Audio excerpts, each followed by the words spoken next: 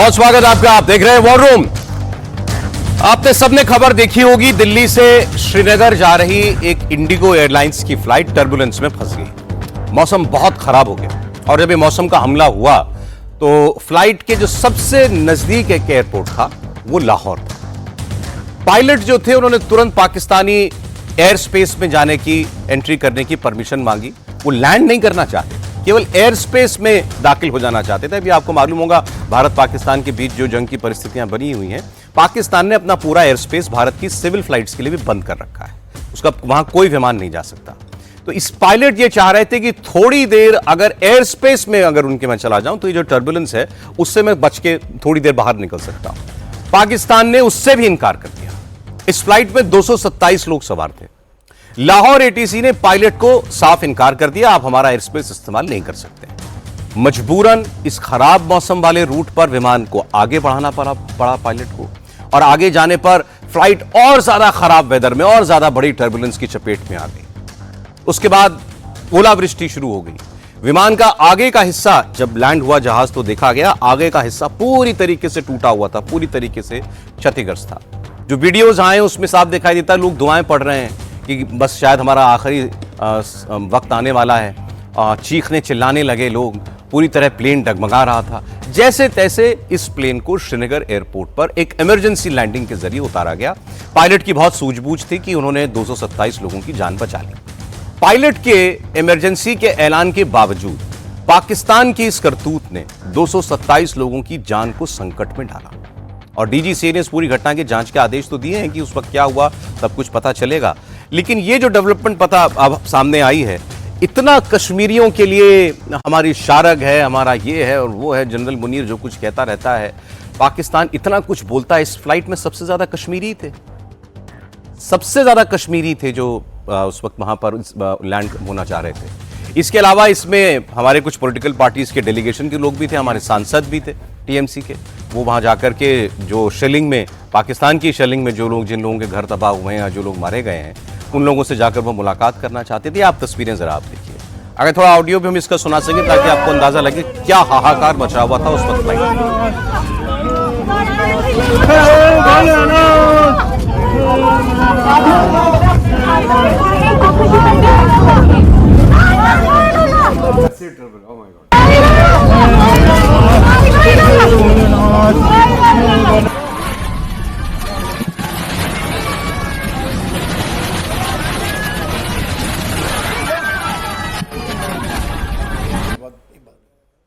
ये देखिए, अब जहाज की तस्वीर भी आप देख लीजिए। आगे का हिस्सा आपको दिखाई दे रहा होगा, आपको ऐसा लगेगा जैसे बिल्कुल अपने क्या नोज के लैंडिंग की तरफ हुआ है। अब मैं आप ही के पास आ रहा था सर।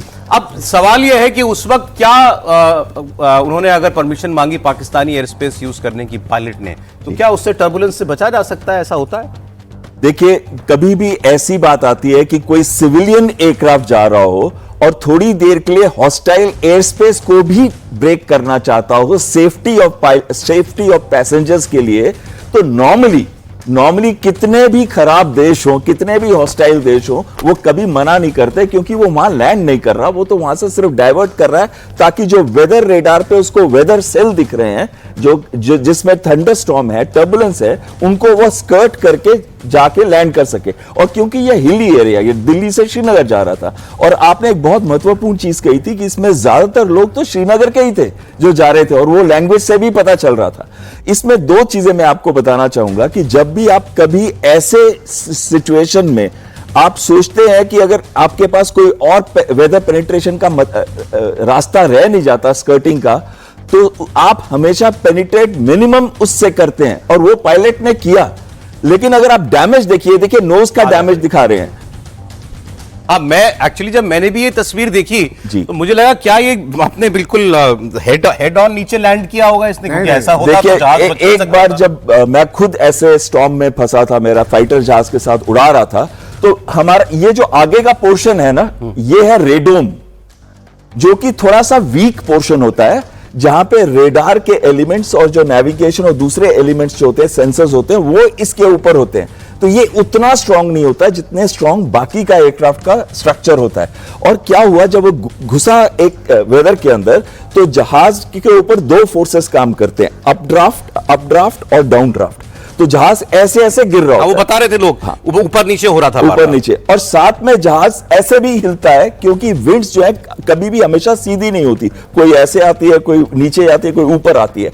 और साथ में जो हेल स्टॉर्म्स है, जो पानी के पार्टिकल्स ऊपर जम जाते हैं, वो कोलेस करते हैं और बड़े बड़े हेल स्टॉर्म, आपने देखा होगा 2 दिन पहले दिल्ली में भी हेल स्टॉर्म आया था और बड़े बड़े हेल स्टॉर्म के पत्थर की तरह लग रहे थे। सोचिए, ये जो अप ड्राफ्ट डाउन ड्राफ्ट है, ये 100 से 200 किलोमीटर की स्पीड के भी होते हैं, और इससे ये गोली की तरह हेल स्टॉर्म जो है वो जाता है, ओला जाता है, और जो नोज का फ्रंट पोर्शन है वहां पे लगता है। ये ओले से टूटा है, ये ओले से टूटा है, हेल स्टॉर्म जिसे कितना कहते हैं। कितना फोर्स से ओले जो है टकराए होंगे, बिल्कुल।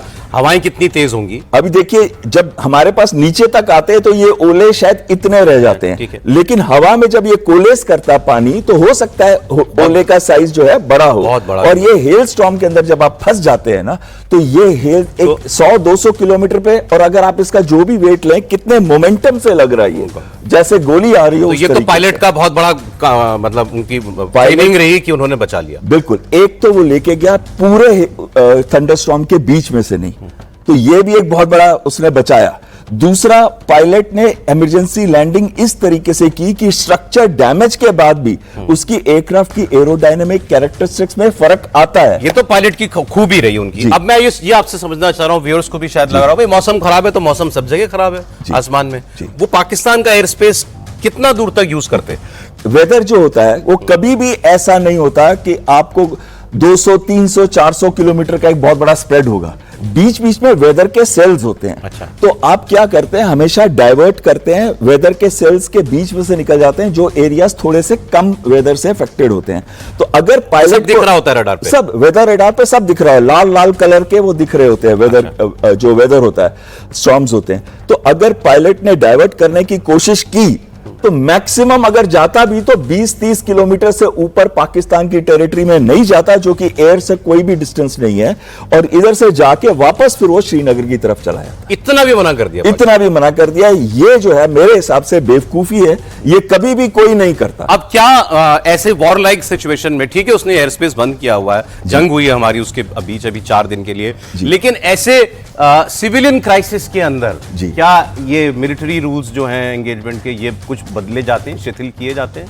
देखिए, इंटरनेशनल जो रेगुलेशंस है इसके ऊपर, जब भी कोई सिविल कैरियर वो कोई हादसा होने वाला है या हाईजैक हो गया या कुछ हो गया है, तो उस हालत में जो भी नियरेस्ट एयरफील्ड होती है या जो भी कंट्री के ऊपर से गुजर रहा है, उसकी जिम्मेवारी होती है कि वो मदद करे उस फ्लाइट की, उस जो भी एयरलाइन है, ताकि वो जो जान माल की रक्षा हो पाए, जो पैसेंजर उसके अंदर है। पैसेंजर कोई भी हो सकते हैं, इंटरनेशनल फ्लाइट में पूरी दुनिया के कौन कौन से देश के पैसेंजर हो सकते हैं, और यहाँ पे खास करके श्रीनगर के निवासी जा रहे हैं। श्रीनगर के लोग, क्योंकि टूरिज्म थोड़े दिन के लिए अभी इतना ज़्यादा वहाँ जा नहीं रहा है कोई, और टीएमसी के लोग थे जो जा रहे थे देखने के लिए, और सारे के सारे नागरिक थे कहाँ के, हमारे श्रीनगर के, यहाँ JNK के। तो उस हालत में अगर पाकिस्तान ने इस फ्लाइट को ह्यूमैनिटेरियन बेसिस के ऊपर मना किया है, it is against all rules of humanity. इसके ऊपर हो सकता है बाद में चर्चा भी चलेगी इन द UN फोरम कि should a country do this in case of a crisis, in case of an emergency of a nature which could have led to the death of 290 passengers. Exactly ये crash हो जाता, सब लोग मारे जाते, और जैसा अभी बताया एयर कमांडर साहब ने कि वो लैंड करने के लिए तो परमिशन मांग ही नहीं रहा था पायलट, ज्यादा से ज्यादा 10-20 किलोमीटर थोड़ा Just सा a deviation of route. Weather से खराब वेदर से बचने के लिए चाहता था कि डाइवर्ट कर जाऊं। सौरभ जी, एक छोटा सा मैं ऐड करना चाहता हूँ हट करके इसमें। आप लड़ाई के दौरान देखे होंगे, हमारे DGM और एयर ने ब्रीफ किया था कि जब हम लोग जा रहे थे तो इन्होंने एयर स्पेस बंद नहीं किया था अपने फ्लाइट के लिए, और हमारे लिए बहुत डिफ़िकल्ट था मिलिट्री ऑपरेशंस करने का। और उन्होंने कहा कि हमने इतनी ध्यान रखी कि इनके फ्लाइट, सोचिए पूरी फ्लाइट कराची से इधर जा रही है, उस बीच में आपने गैप देख करके हिट करना है। तो ये ब्रीफिंग में आया था कि पाकिस्तान कितना सातिर है कि लोगों की जान को, उसमें फॉरेन भी ट्रेवलर्स होते हैं, तो ये तो इसकी फितरत है, इस फितरत को समझेंगे तो आप इससे जोड़ के देखिए, उसको कुछ मतलब नहीं। ठीक आपने याद दिलाया, इधर से गोले चल रहे हैं, मिसाइलें चल रही हैं और उसके यहाँ एयर स्पेस खुला हुआ है। जानबूझ के- पूरा उन्होंने जानबूझ के दिखाया था बनाया था। फ्लाइट रूट का। पाकिस्तान की आर्मी एक बार फिर भारत को गीदड़ भभकी भी दे रही है, ये खबर भी सुन लीजिए आप। पाकिस्तान की सेना के कमांडर ने एक बार फिर आतंकियों की भाषा का इस्तेमाल किया है। इनकी सेना के प्रवक्ता हैं जिन्हें ISPR के DG कहा जाता है, यह है अहमद शरीफ चौधरी। इन्होंने सिंधु जल समझौता सस्पेंड किए जाने पर भारत को धमकी दी। एक कार्यक्रम में ये बोल रहे थे और वहां अहमद शरीफ चौधरी ने कहा कि तुम हमारा पानी बंद कर दोगे तो हम तुम्हारी सांस बंद कर देंगे। अब ये भाषा किसकी है? आपने पहले सुनी होगी, आपको लग रहा होगा थोड़ा थोड़ा डिजावू, ये तो हमने सुना है। किसने कहा था इससे पहले? याद कीजिए आप। हाफिज सईद ने कहा था, सेम शब्द सेम डायलॉग, वो भी सुनाएंगे आपको कि तुम पानी बंद करोगे हम सांस बंद कर देंगे। आतंकवादियों की भाषा बोल रहा है पाकिस्तान का जनरल, सुनिए। तुम हमारा पानी बंद कर दोगे हम तुम्हारा सांस बंद कर देंगे। तुम हमारा पानी बंद कर दोगे हम तुम्हारा सांस बंद कर देंगे। ISPR की DG जनरल अहमद शरीफ चौधरी के इस बयान ने एक बार फिर साफ कर दिया कि पाकिस्तान की सेना आतंकवादियों की सेना है, आतंकवादियों की भाषा बोलती है, उनकी लिखी स्क्रिप्ट पढ़ती है।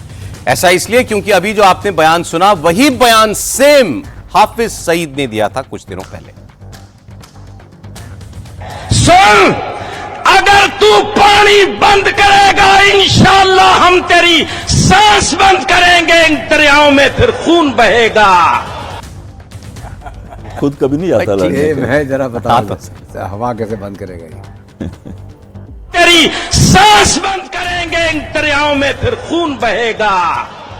ठीक है, हर किसी का आइडल होता है सर। कोई किसी को देखता है कि हाँ मुझे इसके जैसा बनना है, तो वो हाफिज सईद जैसा उनका आइडल है, वो जैसा वो बोलता है वैसा हम बोलेंगे।